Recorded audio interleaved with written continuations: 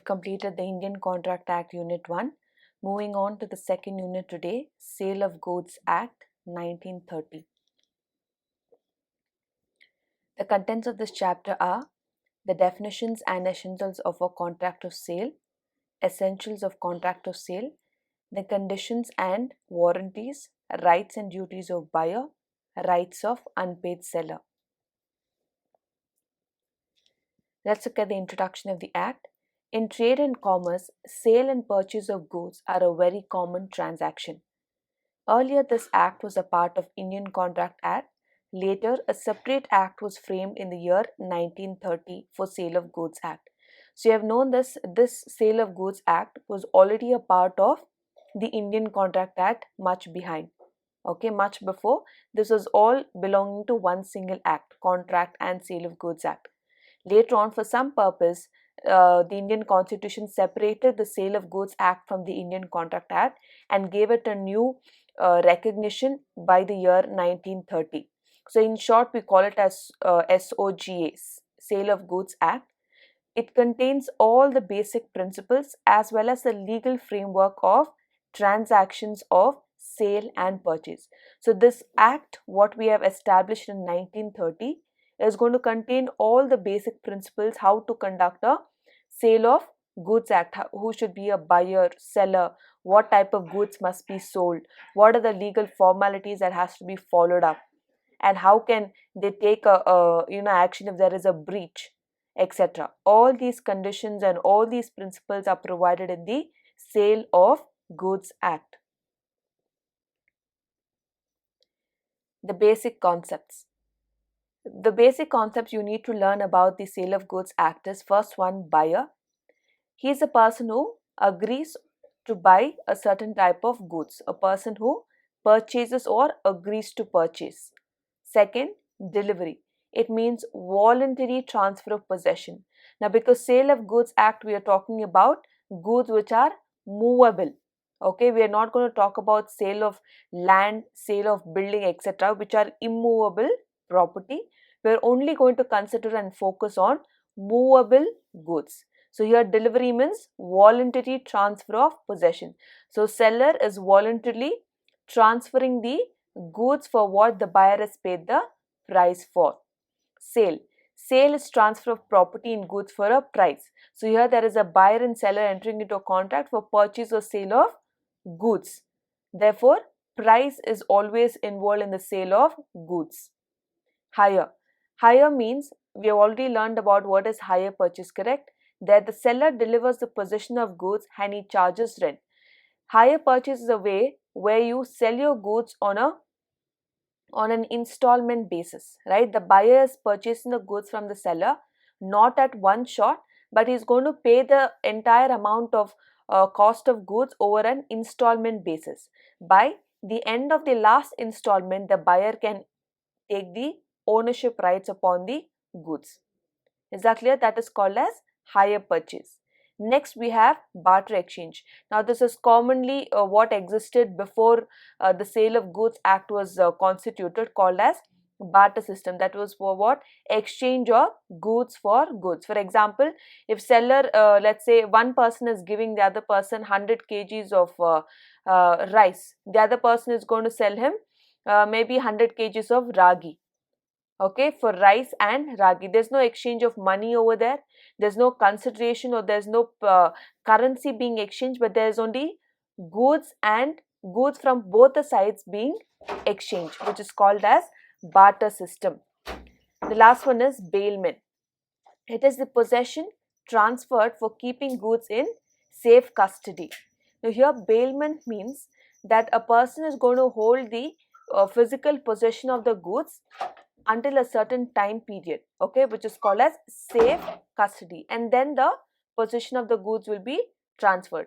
For the time period where you're holding the goods as a safe custody is called as bailment. You're just holding the goods in the for the sake of safe custody.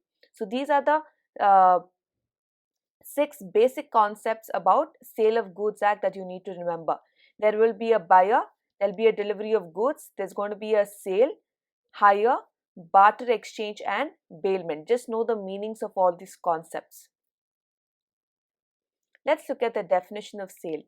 Section 4 of the Act, Sale of Goods Act, defines sale as a contract of sale of goods is a contract whereby the seller transfers or agrees to transfer the property in goods to the buyer for a price. So remember, there is going to be a seller and a buyer. The subject matter is purchase or sale of goods for a price. So buyer is going to pay the price of the goods and seller is going to agree to transfer the possession of the goods to the buyer.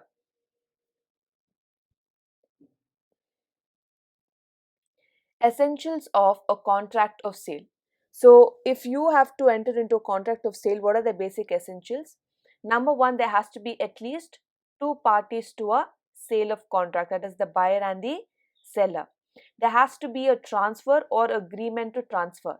If there is no exchange of goods between those two parties, then we cannot term it as sale of goods. Is that clear?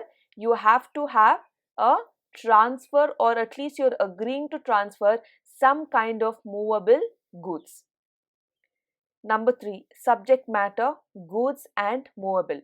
So here Sale of Goods Act only focuses on movable goods. Any goods which is transferable, which is movable by the seller or the buyer, is called as the goods under Sale of Goods Act. But the Sale of Goods Act does not consider any kind of immovable sale. Sale of property, sale of agricultural land, sale of building. All these examples does not come under the governance of Sale of Goods Act. Whereas any kind of movable, it can be car, it can be a phone, or it can be goods manufactured in a factory, goods produced in a farmland, right? It can be fruits or vegetables, anything. Anything which is movable will be governed under the Sale of Goods Act. That is going to be the subject matter here. Fourth essential is immovable property is not governed by the Sales Act. As I just said, now sale of land or building is not governed. Number 5, consideration for sale is price. Now here, as we told, we know what is barter system, which is exchange for goods, exchange of goods for goods. If I am selling you 10 kgs of wheat, you are selling me 10 kgs of ragi. No, that cannot be the exchange of goods. Exchange of goods must be for a price. That's what Sale of Goods Act mentions here. Consideration for sale must be a price. It must be currency or exchange of money for goods. It cannot be goods for goods. Number 6, all essential elements of a valid contract must be present. Now we have studied in the previous chapter, correct? What are the essentials of offer or a consideration or acceptance, etc. All those basic essentials must be present. That means you're not supposed to sell any kind of goods which are being prohibited by the Constitution of India, like sale of drugs, sale of weapons, sale of any kind of currencies, printing of currencies. All these are what? Prohibited by the Government of India. That was one of the essential element what we studied in the last unit. So such goods cannot be transferred, or you cannot enter into an agreement of sale of goods for the purpose sale of drugs or purchase of drugs or purchase of weapons. Is that clear? All these are what? Prohibited by the Government of India. So therefore we cannot enter into a legal agreement. Even if you're going to make such agreements to purchase or sale of weapons, then that is unenforceable by law. It is a contract completely void in the eyes of law. So these are the 6 basic essentials of a contract of sale. Two parties to a sale. There has to be a transfer or agreement to transfer. The subject matter must be goods and movable. Any kind of immovable property does not come under this governance. Number 5, the consideration of sale must be price, and all essential elements of valid contract must be present. Next, let's study what are the classification of goods that are dealt under this Act. There are 3 types of goods mentioned here: existing goods, future goods, and contingent goods. Existing, future, and contingent, 3 types of goods. First type, What are existing means? These are owned by the seller at the time of sale. So whenever your this existing contract or existing goods talks about at the time of sale, when you're going to purchase, the goods are present with the seller at the time of purchase. Example, if you're going to a phone shop, right? If you're going to purchase a smartphone, the phones are present at the time of sale in the showroom. You're going to purchase a TV or a washing machine. All these goods are present in front of your eyes at the place of seller, that is inside the showroom. It can be a supermarket or it can be a TV shop. All these goods are what existed or existent in with the seller at the time of sale. Is that clear? These goods are called as existing goods, under which we have three categories: specific, ascertained, and unascertained. What are specific goods? Identified and agreed upon at the time of sale. Specific goods means for an example, jewelry shop. Now there I'm going to identify this is the type of jewelry I would want to buy. I'm being specific, right? It can be kind of, I just want to buy, ring. I want to buy a chain. I'm being specific and I'm being identifying at the time of sale, which is called as what? Specified goods. Second, ascertained goods. These become ascertained after the contract is made. Now let's say I go to a textile shop, a t-shirt shop, and I say for a particular class I want 50 t-shirts. Okay, for the entire class I would want a 50 t-shirts. Now first I'm going to talk to the owner or the shopkeeper and agree upon it, okay, and enter into the contract. I want to buy 50 t-shirts or 50 shirts. Then the shopkeeper is going to show me what are the kinds of shirts that are available for a large scale manufacture. So basically, maybe they're manufacturing large scale, maybe thousands or even lakhs of shirts and t-shirts, out of which I only need 50 t-shirts. Okay, so that is called as ascertained goods. These become ascertained after the contract is made.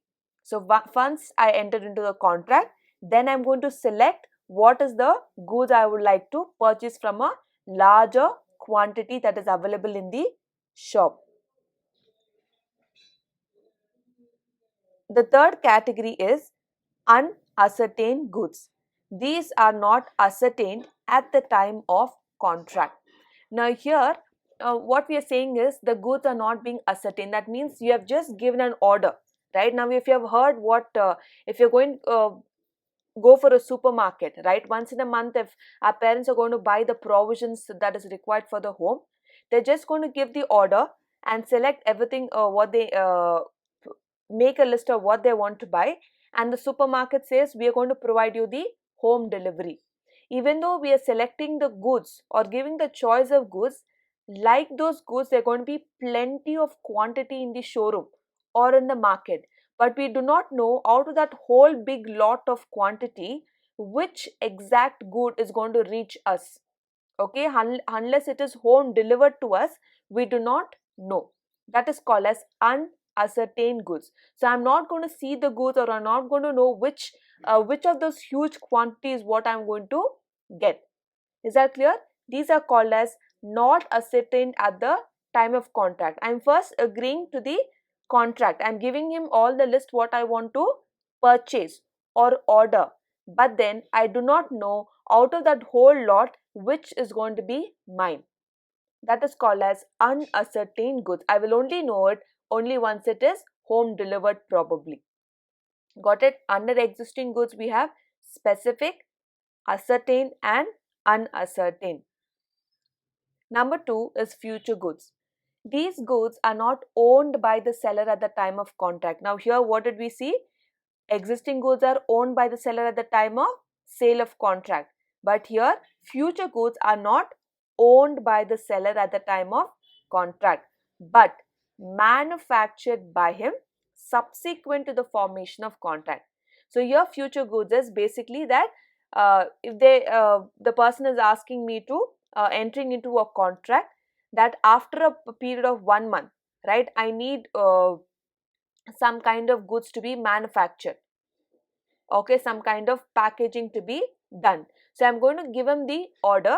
Now it's going to take time for him to manufacture those goods, maybe in a month's time or in 6 months time period.